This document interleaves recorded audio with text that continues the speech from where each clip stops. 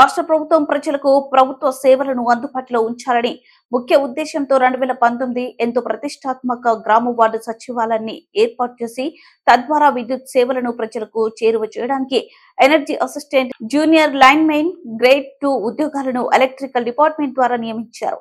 RG అసిస్టెంట్ల సమస్యలను పరిష్కరించాలని స్థానిక ఎగ్జిక్యూటివ్ ఇంజనీర్ కు వినతి పత్రం అందజేసిన ఉద్యోగులు. ఈ సందర్భంగా కలిమిరెడ్డి వీరబాబు, సూర్యనారాయణ మాట్లాడుతూ గత 4 సంవత్సరాల కాలంలో విద్యుత్ సంస్థ నందు పనిచేస్తూ వినియోగదారులకు నిరంతర విద్యుత్ సరఫరాను అందించడంలో విద్యుత్ సిబ్బందితో సమానంగా 24 గంటలు అందుబాటులో ఉంటూ తమ వంతు సహాయ సహకారాలు అందిస్తున్నామన్నారు. కానీ మమ్మల్ని డిపార్ట్మెంట్ ఉద్యోగులుగా గుర్తించడంలో జాప్యం జరుగుతుంది.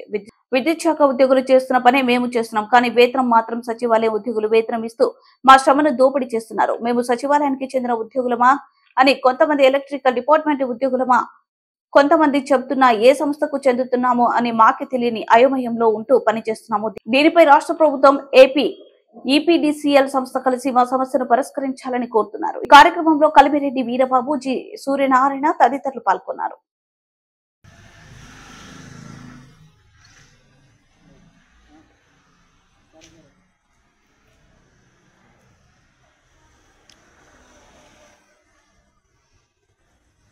क्या लगता है?